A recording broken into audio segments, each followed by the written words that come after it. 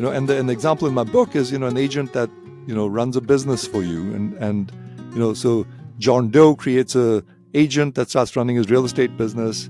And then it becomes so good that John Doe doesn't even bother, with it anymore. The machine keeps doing it. And then one day John Doe passes away. And the machine now realizes that, what do I do now? And you know what? I'll keep running the business. And what should I do? Well, maybe I should do this with my subscribers. And it comes up with a brilliant business plan and starts running the business and hires a board, and enters into contracts, right? I mean, is that like a bizarre, unthinkable scenario? I don't think so. Hello everyone, welcome to another edition of ContraMinds. In this episode, I'm talking to an AI researcher, a data scientist, and the host of a successful podcast, Brave New World. I'm in conversation with Vasundar.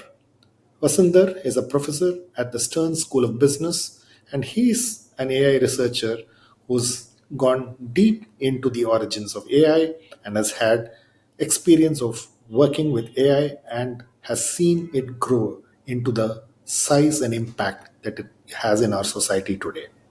He's recently written a book, Thinking with Machines, which takes a completely different perspective on AI and its impact at work, the way we think, and the way we need to work along with it.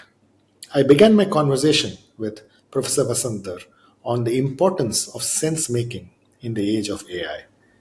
I asked him why it's very critical to ask the right questions if you have to get the right answers from AI. He talked about the importance of knowing interdisciplinary knowledge and the fact that the more we know, the more we can leverage AI. He also spoke to me about the importance of AI laws, governance, and the fact that AI is destined to change the way we work and the way we live. I also spoke to him about AI's impact on trust, AI impact in different industries like investing, sports, and healthcare. He had a beautiful set of examples and ideas, and his experience came loud and clear in my conversation with Professor Vasundar. Over to my conversation with him. Today's episode is proudly brought to you by Effortless. Effortless is the ultimate solution for startups and SMBs seeking seamless money management and compliance handling. Effortless wasn't just created by anyone. It was crafted by chartered accountant turned entrepreneurs who understand the pulse of startups and SMBs. Visit www.goeffortless.ai and embark on a journey that will redefine the way you do business.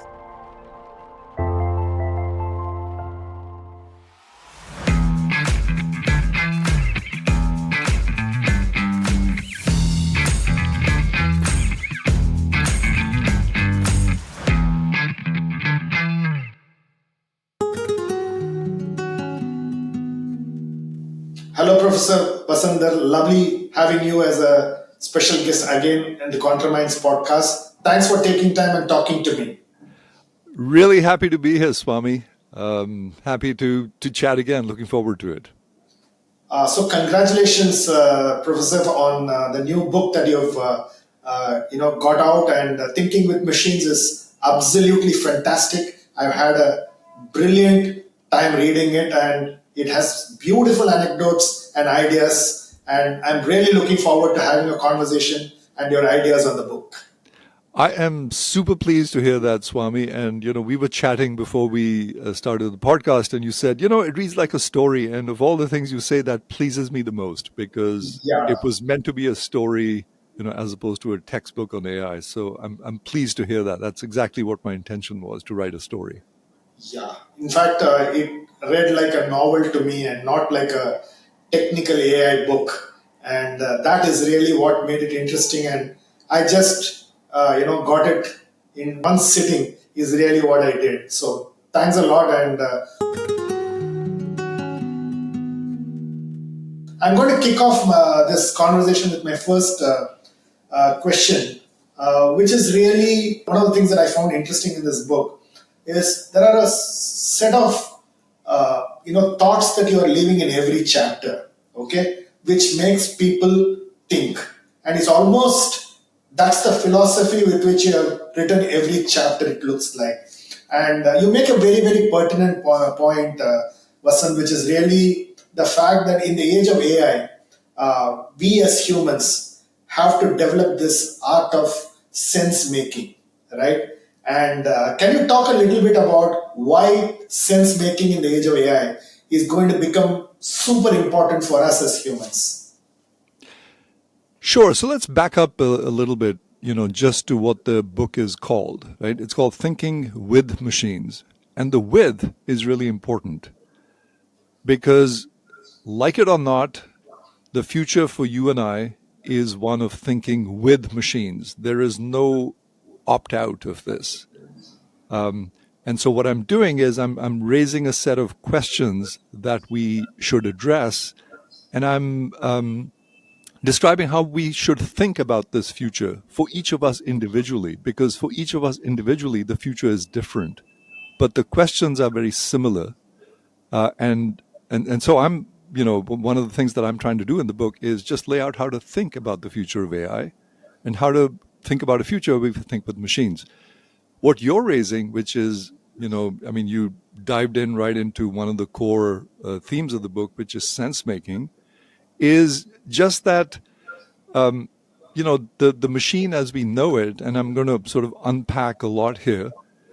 Modern AI is really largely a black box. And there's a reason why it's evolved that way. And the reason is we've tried to create a machine that is conversational, in our own image. And I should start by saying that one of the biggest achievements of modern AI is breaking down the distinction between expertise and common sense. If you really think about the implications of that, that's really profound, because for my entire career in AI, which is now almost 50 years, I got into it as a graduate student in 1979. For my entire career in AI, there was a distinction between expertise and common sense. And people in AI said, common sense is just too hard. Let's focus on expertise and knowledge. And, that's been, for the most part, how the AI paradigm has evolved. We built these ever more sophisticated applications. But what happened in sort of the, after 2017, when the first paper on transformers came out, and then what happened with the release of ChatGPT, is that we demonstrated for the first time that anyone could talk to the machine about anything at any level of depth. That's a remarkable achievement, if you think about it. And I never imagined that I would see that in my lifetime. So that was just like a mind-blowing kind of achievement. The distinction broke down. The reason it's important is because now when you talk to the machine and you ask it something and it gets it wrong, or it gives you something else, you say, well, that's not what I meant something else. And it has the common sense to understand, and maybe I should use the word understand in quotes, understand the meaning of what you're saying, the meaning of what you're getting at.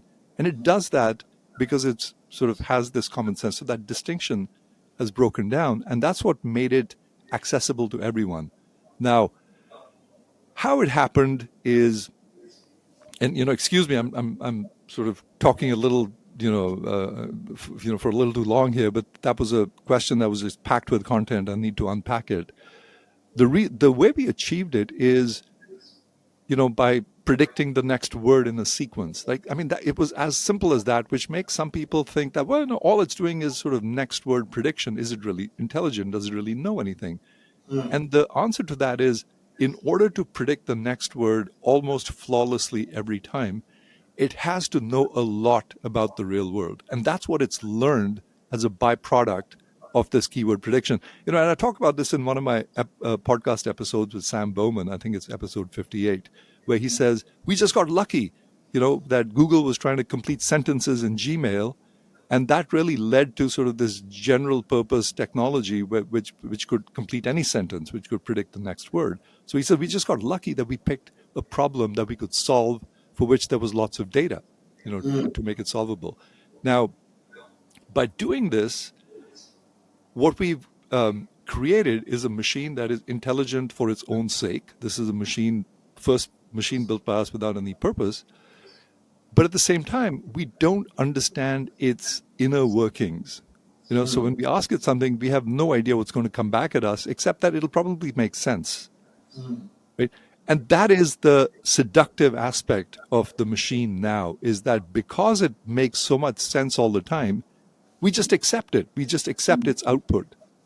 And it's critical to actually make sense of what the machine is telling us. Right? That is, it's critical to not just take its outputs as given and pass them along to the next person. It's important in most areas of our life to actually look at those outputs and say, do I believe it? Right? Is it true? Does it make sense? So sense making is just a huge part of working with modern day machines. And I set this up early in the book, by when I talk about sort of traditional AI, right, where I say, patterns emerge before reasons, before them become apparent. And the reasons is all sense making, right? So throughout AI, in the previous paradigm, we had to make sense of patterns. And now with modern AI, we still need to make sense of what it's telling us. So sense making is, at the center of, our sort of evolution with machines going forward. Brilliant. As I read the book, Vasant, one of the things that got me thinking is the industrial era. What it did was, the machines that got invented, okay, actually made humans into almost machines. We just do like what you explained in the hospital and the healthcare, where people have become actually machines trying to come in and they are just providers, as you call them in one of the chapters, right? In the AI era, though we are creating machines, I think we have to become more humans, right? Does it make sense to you? So let's back up, right? So I think what you're pointing out is I describe the healthcare system in the US at the Yeah. moment as giving us the worst of both humans and machines. And I describe a situation where, I went to the emergency and I felt like I'd gone through an assembly line, you know. Yeah. And so the healthcare process has become sort of, unitized. You go from one, you know, um, provider to another. They ask you pretty much, the same things, and then you get passed on like an assembly line. And that's what's happened now. So, ironically, what's happened is as we've made this process, as we formalize the process, we've turned humans into robots, right? Where they're just functioning like machines in this process. And at the same time, the machines aren't learning much about what's happening in the healthcare system. So that's what I meant, when I said we're getting the worst of both worlds at the moment. That is, humans have become robots, and we're not getting the full benefit of the machine because it isn't recording all the right kinds of data from our interactions with the healthcare system and learning something. It didn't learn anything from my experience, and I suspect this is happening, millions of times a day, where it's, where we're coming into contact with the healthcare system, but it isn't recording the right kinds of data. So it's not learning, and at the same time, humans have become robots. So that's what I meant, but I'm optimistic that that will change because I feel like in healthcare, in physical healthcare, our incentives are more or less aligned, with the, that is the patients and providers have the same kind of incentives. So I feel like we're going through a transitional phase in healthcare at the moment. We're getting the worst of both worlds, but I'm more optimistic. I mean, healthcare is one of those areas where I was more optimistic Yeah. that machines would actually look at this trace of activity that we leave behind. When we go see a doctor, there's some sort of an interaction. There are tests performed, uh, but so far it's been very difficult to pull all this data together into a database to make it usable and learn from. I'm optimistic that with modern AI, these tools that actually quote unquote understand what's going on in the process, that they'll pull this data together and put it into a proper database that makes it more usable to learn from. The other thing that your book made me really reflect on, you constantly use a word called scorekeeping, right? Where Yes. I really found it a beautiful terminology, because if I'm a teacher, I need to do scorekeeping. If I'm a doctor, I need to do scorekeeping. If I'm a stock trader, I need to do scorekeeping, because I'm doing things out of my instinct and knowledge which the machine may not know. So the fact that we need new forms of systems where we need to keep, using our data, putting it back into the system so that it can become more and more intelligent. And we need new forms of methods by which our knowledge and our experience need to get embedded into these systems. Do you think that's critical, and are there going to be new form factors that are going to come in? Yeah, exactly. I mean, you said it better than I did, which is that scorekeeping just pervades every aspect of our lives, right? It's just there. And, as humans, we keep track of it the best we can.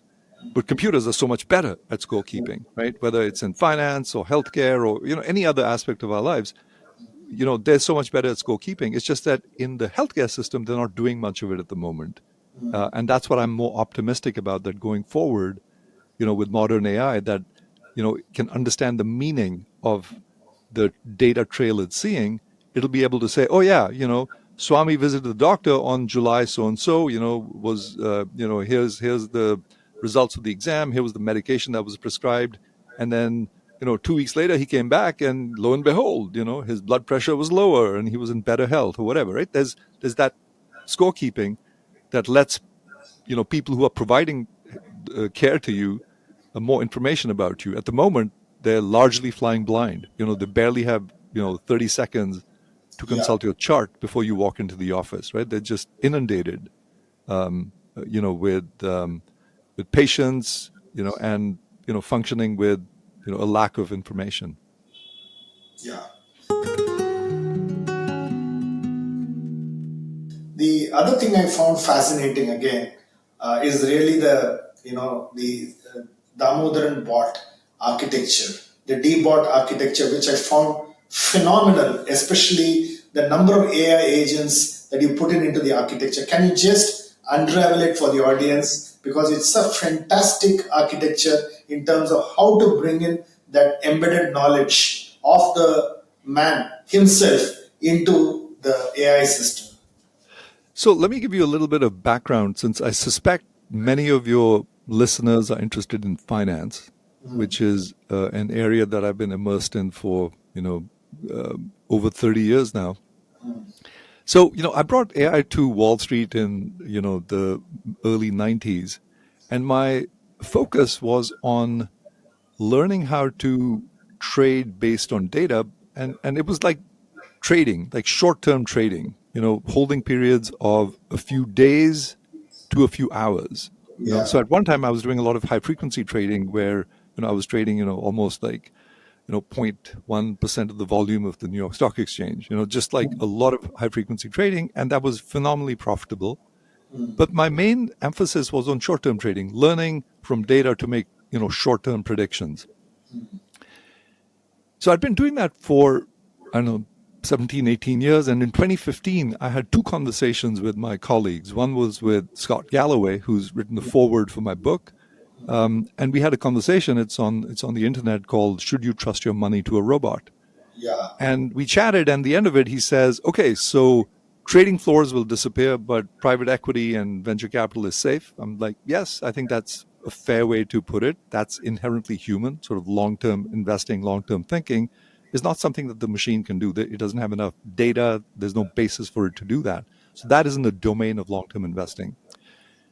That same week, ironically, I met with my colleague Aswath Damodaran, who's the guru of valuation on Wall Street. Yeah. Yeah. And we had this conversation about whether we could create a machine that could learn to think like him. And we decided at the time that it would be too hard, that his thinking, could not be systematized into a system at that time, given the state of the art of AI. But when ChatGPT came out, we revisited that, initial conversation. And I went back to Aswath and I said, should we try this again? And he said, yeah, it seems worthwhile. So I sort of initiated a project with one of my colleagues, Zhao Sidok, here at NYU. And at that time, I had no idea whether this would really work. But the idea was to systematize long term investing in the same way that Damodaran thinks about it. Now, um, the reason this was feasible in my mind is because Damodaran is the only one out there, bar none, there's no exceptions, who has published the volume of valuations, right? No one else has published, Absolutely. the number of valuations that he has. So it's all out there, and it's been out there for years, right? So if you want to find, all the valuations that he's done, they're out there, right? His musings on markets newsletter gets, tens of millions of views every time he publishes anything. So it's something that people are looking at. So there was a lot of training data available, which made me optimistic that maybe a machine could learn from it. And so that's what we started initially. We just started by, giving the machine, all of his musings and writings and said, can you learn something from it? So when we ask you how to value a new company, you'll do it. So we tried that. It took 6 months to do that. It was a complete flop. I mean, it just doesn't work. You just can't do that. You can't just tell GPT or Claude or Gemini or whatever, hey, here are all the, writings of Damodaran. Now learn something from them so that you're an oracle just like him. It just doesn't work. Right? So we had to get much more detailed about what he actually does, like literally get inside his process, get inside his head. And he was incredibly, helpful in enabling us to do that. And so we broke down his entire valuation process into a bunch of parts. And each of these parts are handled by something called an agent, right? So in AI, there's this notion of agents, and these multi-agent architectures are sort of beginning to get quite popular. By the way, they go back to the 70s, right? That one of the people who came up with this, Alan Kay, got the Turing Award in the 70s. So the idea of agents has been around for a long time, 50 years. But what's different now from 50 years ago is that at that time you had to program the agents. You had to talk to them in code. Now you can talk to them in English. So I can have a data acquisition agent, and I tell the agent, hey, go grab every piece of fundamental data and balance sheets and everything for NVIDIA and load it into Aswat's quantitative model, and it goes off, and yes, boss, goes off, does it, brings it, loads it. And so we verified that it does it correctly, right? So there's this sort of layer of what I call general intelligence in AI now that you can use to your benefit. And that's why there's so much excitement about AI, because people feel that they can build these applications very quickly, right? So same idea. You have these agents that go off and they know how to grab financial data, right? So you might have another, and so we have another agent that, let's say, goes and looks at consensus estimates, right? Because, that's important information. Another agent that figures out, what are the comparable companies to this one, right? So you tell the agent, like, get all the financials, get the, price to forward earning ratios for all similar companies. It knows how to do that. It has the intelligence to do that. Right? So, and similarly, we have a report writer that says, okay, now that you have everything, write the report. And then there's a critic that, looks at the report and says, is this correct? Have you cited the sources? Is it the correct length? Is it clear? Are the charts clear? Do they have captions? Right? So the critic then says, let's polish this up and make sure it's real and trustable by whoever's going to look at it. Right? So trustable is key, and I'm sure we'll come back to that. Yeah. So that's what the agent really does. And now it's, very close to being a commercial tool where all you do is, you go to the front end, and I should give you a demonstration of this one of these days. It's fascinating. No, it That, was really fascinating. It was really fascinating. you give it a symbol, you say value NVIDIA, and it goes off and it says, do you have a thesis, or should I generate the thesis? Right? And so you as the human can tell it, I have a thesis, or no, you generate the thesis, and, press the button and it's off to the races. And 15 minutes later, it sends you a report, 5 to 10 page report in the spirit of the Damodaran, right? So it's meant to be a report that he might have written on a company, at the current time. So that's how it works. At the moment is give it a company, gives you back a a report. Now, I'll just end by saying, how do I think this will be used? How do I think people will use it? My conjecture is that I think it'll make analysts and just people in general much more productive, because you'll be able to run scenarios against it, right? You'll be able to say, assume that the tariff wars will escalate. How would you value BYD if these tariff wars escalate? Versus assume that Trump's bluffing, and that this is a negotiation tactic, and that in a few years we'll be back to business as usual, right? So you can give it these scenarios, and which is very difficult and time consuming to do manually, right? Because you Yeah. have, imagine the amount of work involved in saying, okay, now with a different set of assumptions, how does the valuation change, right? It's not just a question of changing formulas. It's a question of like changing your thinking and your reasoning with the new set of assumptions. And that is what I find really exciting about a tool like this, is that it brings a new level of intelligence, at your fingertips, and I talk about agents at your fingertips. I mean, Bill Yeah. Gates used to talk about information at your fingertips, right? Now we've got agents at your fingertips, and that's a tremendously powerful capability that's provided by AI, which I think will, get increasingly used going forward. Contraminds is a podcast dedicated to decoding people, minds, strategy, and culture. We interview and learn from high performers so that you can apply these lessons on your journey to becoming the knowledge worker athlete you were meant to be.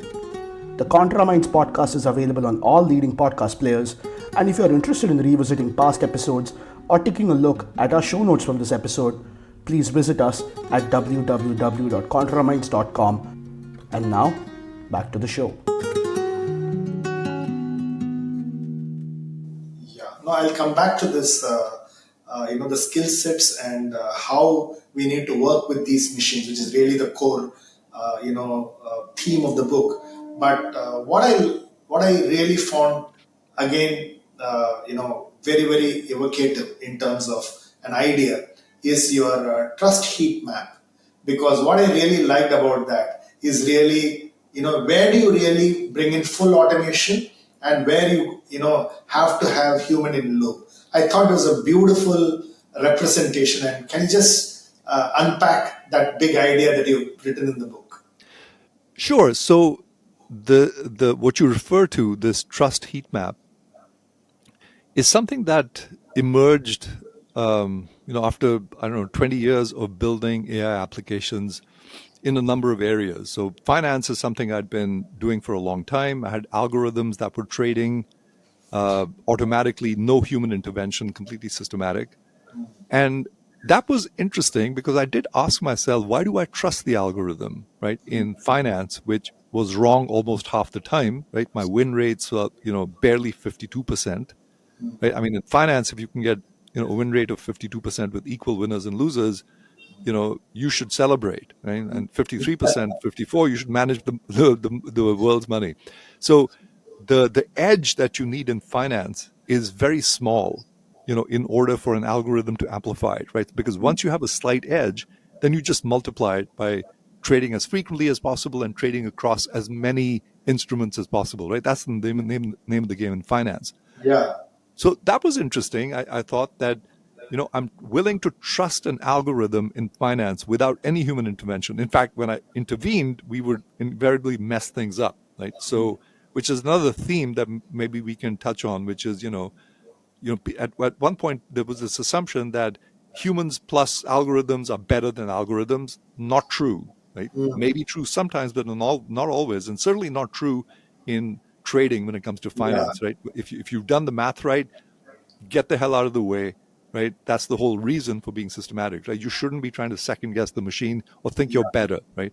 If you're systematic, right? You intervene very, very infrequently, in rare events like COVID, right? Something happens and, that I can understand. But on a day-to-day basis, you're systematic.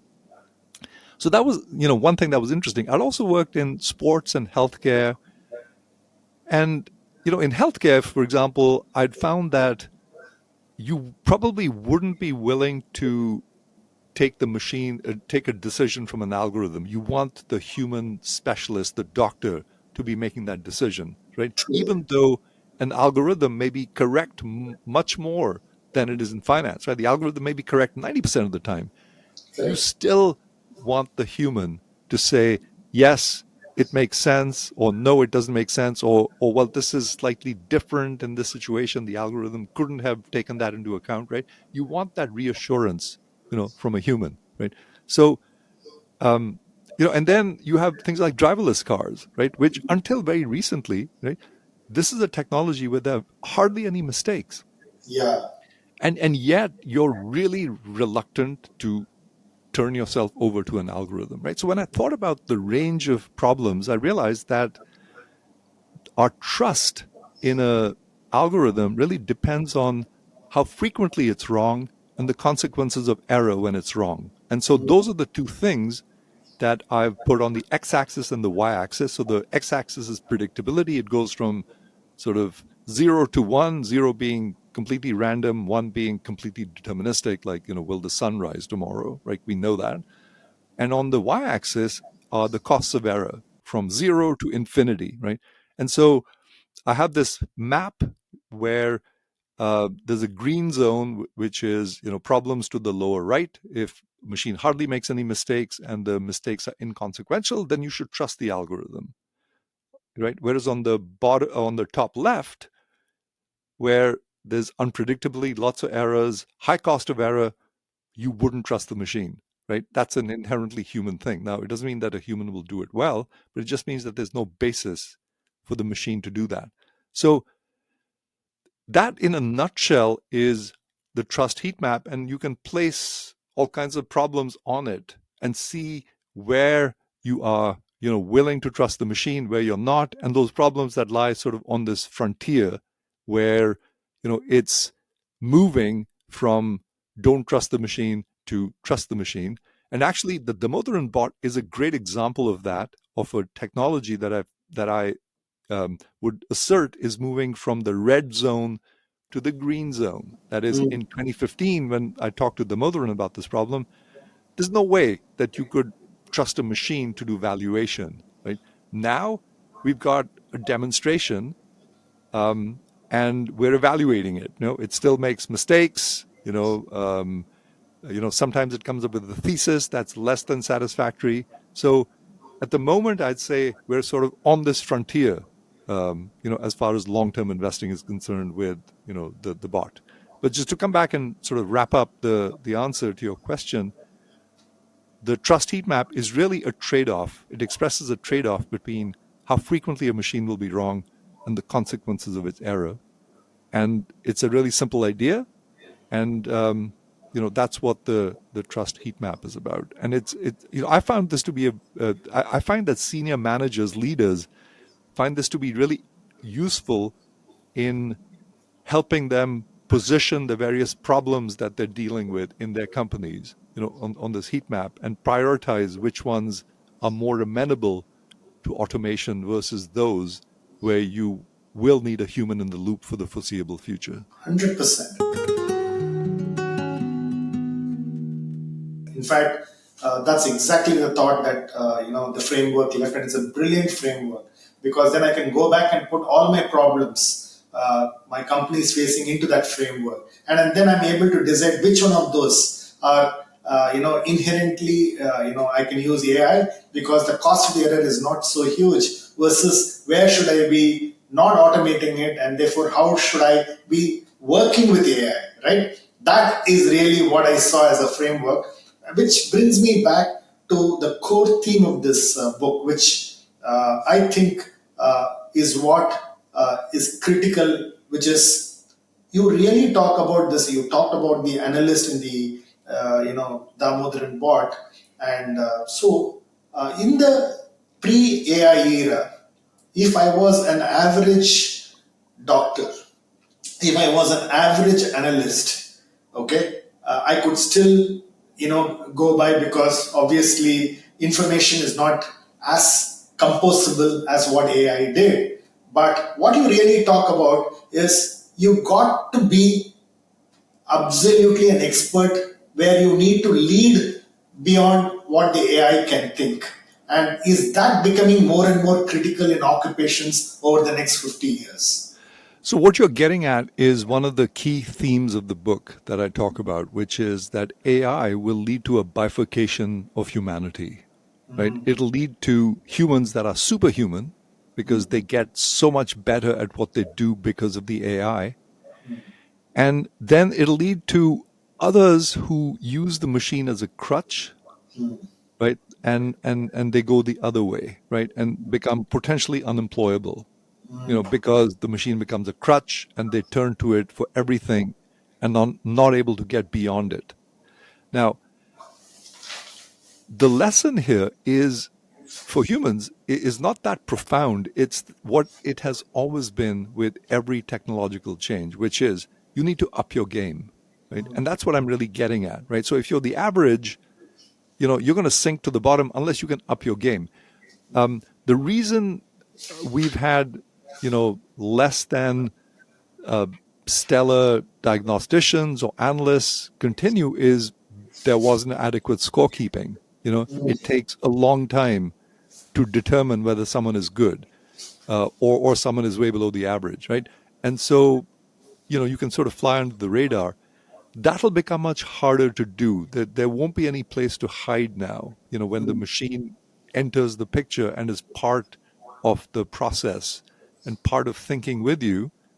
Then you just, everyone needs to up their game. And that's what I'm calling the sort of bifurcation of humanity. And if you think about it, take a simple example. The other day I asked the machine, what's the difference between salt and sugar as a preservative?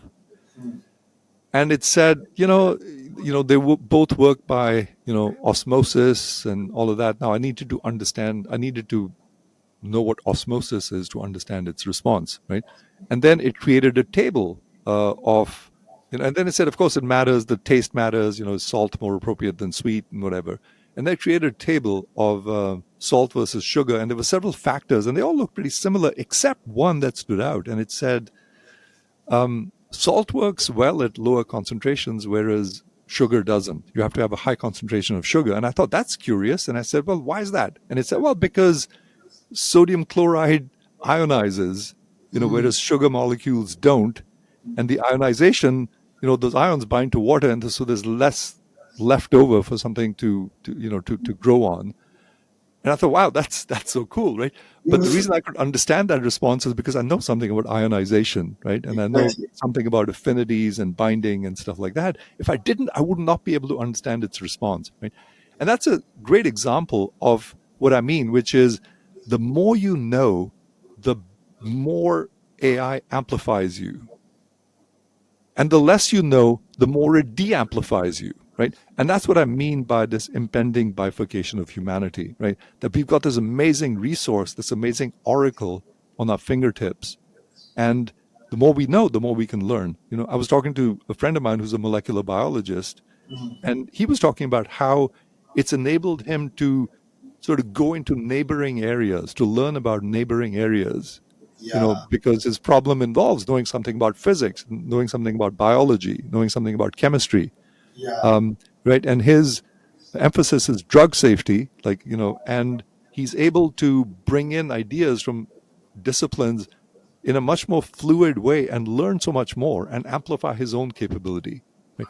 And that's what we're looking at going forward is you've got this amazing machine that can amplify you depending on how you use it, or it can de-amplify you, right? So it's important to keep that mental muscle going and exercised even more, in thinking with machines as opposed to letting it atrophy. And that's the critical thing going forward for us to consider. And the answer is different for each of us, by the way, right? But what's common is that there is no getting away from this. Yeah.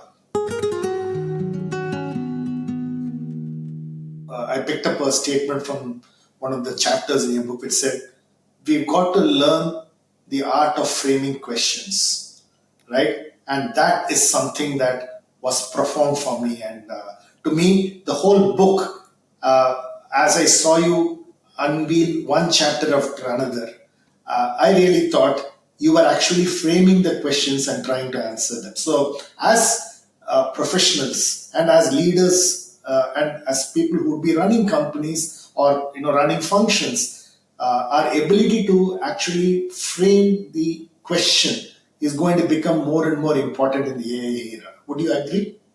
Yeah, I mean that there's no getting away from that, right? The ability to ask good questions is critical, right? And that's also, segues off what I was talking about earlier, which is the more you know, the better the questions you can ask. Right? If you Absolutely. don't know anything, you can't ask a question. Right? There's nothing to ask, right? Yeah. Right? So and that's what I mean. The more you know, the better the questions you can ask. And this is an iterative kind of process, right? Of getting yourself up the learning curve with the machine, right? And saying, aha, I hadn't even thought about that question. But now that you're telling me something, here's the question, right? So it's and exactly that at the moment is still in the domain of humans, right? Is the Yeah. ability to ask really good questions. Because at the moment, the machine doesn't have that inherent curiosity to ask questions on its own. Right? But Yeah. I'm sure going forward, it will develop that curiosity and start asking great questions on its own. It's just not doing that now. So for the foreseeable future, that lies in the domain of humans, is the ability to ask good questions. Yeah. And the chapter on AI laws and governance was something that I've not read anywhere else, and it really started triggering some thoughts for me, like how we do a KYC, which is know your customer for humans. Is there a platform that could be built called KYA, which is know your agent, and probably that's going to be a new kind of platform where AI agents have to be really looked at, given the fact that there could be challenges of either the failures that could happen, the wrong predictions that could happen, and therefore I really thought of the idea as I read your challenges of managing AI and the real issues that may come up. Is there a need for something like a KYA, where if I build an agent, I need to actually put it in some kind of a KYA, and therefore, when I know the agent, I know what it can do, and therefore, you're able to build some guardrails around these agents that people are building. So there's several issues you're raising here, Swami, which is that the beauty of these agents is that you tell them what to do and not how to do it. Right? That's one of the sort of really impressive advances of modern AI, and it goes back to understand of having common sense, right? Of that all you need to do is tell the agent what to do, and it'll figure out how to do it, right? That's powerful, but it's powerful in multiple ways. It's powerful as long as it's doing stuff that you intend for it to do, and that's the right thing to do. It becomes dystopian when it creates sub goals to do what you asked it to do that you're not envisioned, and it goes off the rails and starts killing people or something Yeah. like that. I'm just Yeah. I'm dramatizing, but the point, the larger point is that agents can do things that you hadn't envisioned, and that's true of AI in general. And so one of the questions I ask, that are raised in the book is, as these systems, as AI systems get more sophisticated, right? And, at the moment, there's a lot of excitement around agentic AI. We'll see whether it pans out, to the hype. There's a lot of hype around it, but it's also real. As they become more capable, that we give them more agency, right? We tell them, well, you can act on my behalf. You can even start negotiating a Yeah. contract on my behalf, right? Because you're so good at it, right? You're Yeah. better at negotiation than I am, so do it for me, right? That Yeah. you build this amazing negotiation agent, right? That does that. So the concern is that they become so good at this that you give them agency and say, well, act on my behalf, right? And the question I raise in the book is like, where do you really stop with that? Yeah. Like, does the machine now start having rights? And the example in my book is, an agent that, runs a business for you. And so John Doe creates a agent that starts running his real estate business. And then it becomes so good that John Doe doesn't even bother, with it anymore. The machine keeps doing it. And then one day John Doe passes away. Yeah. And the machine now realizes that, like, what do I do now? And you know what? I'll keep running the business. And what should I do? Well, maybe I should do this with my subscribers. And it comes up with a brilliant business plan and starts running the business and hires a board, and enters into contracts, right? I mean, is that like a bizarre, unthinkable scenario? I don't think so, right? Yeah. That is, as these agents get really good, we might start giving them more and more agency. And the question is, where do you stop? And, and I take it as far as saying that, maybe Elon Musk and Jeff Bezos will say, after we've passed away, maybe they'll live, they're doing longevity treatments and maybe they'll live to 120 or 150, but at some point they'll probably pass away, right? Yeah. And so then the question is, what happens to their wealth? And at the moment it's run by foundations, but my conjecture is that we might get so comfortable with the AI that we say, you know what, I'll leave it to my bot, right? Yeah. So we'll have a Vasant bot and a Swami bot and, our own bots that start doing things for us. And we say, you know what, whatever money I have left over, you manage it going forward, in the way I would have if I were alive. Yeah. So that might sound like science fiction at the moment, but we may be closer to that scenario, than we realize. And so those are the kinds of issues I'm raising. Now, I talked about rights, but we've also got to think about, restrictions or obligations, in the future, would it be okay for a robot to show up at your doorstep and arrest you for non-payment of taxes? I mean, at the moment, there's no guardrails against that kind of thing, right? We might actually, the IRS or, the income tax office in India, which I shudder to deal with, might release its, army of drones, to go do this kind of stuff. And do we want that kind of future? I don't think so, So should we think seriously about sort of restrictions or obligations that AI should have towards, human beings? And at the moment, we haven't even started thinking about these questions. And given the pace at which the technology is moving and the rate at which we're adopting it, I think it's time to really, not just time, I think it's urgent that we ask these questions about, the restrictions on machines, the obligations that AI should have towards humans, and the rights we want to give it going forward. On that note, Vasant, thanks a lot. So many things to really chew and think about on what we do, the way we work, the way we are going to be running our lives, the way the society needs to work with machines, and the way we need to think with machines. Lovely having a conversation, and I'm really looking forward and all the very best for a huge success as far as this book is concerned. Thank you for the well wishes, Swami, and great to chat with you as always. I look forward to our next conversation. Thanks for listening to this episode. For selected links and detailed show notes, visit www.contraminds.com. Follow ContraMinds on social media and let us know who you would like to see next on the podcast. If you're listening to ContraMinds on Apple Podcasts, do share your comments and give us a rating. We are keen to know what you're thinking. ContraMinds is also on YouTube. If you're listening to the podcast on YouTube, hit the subscribe button and stay up to date on all our releases.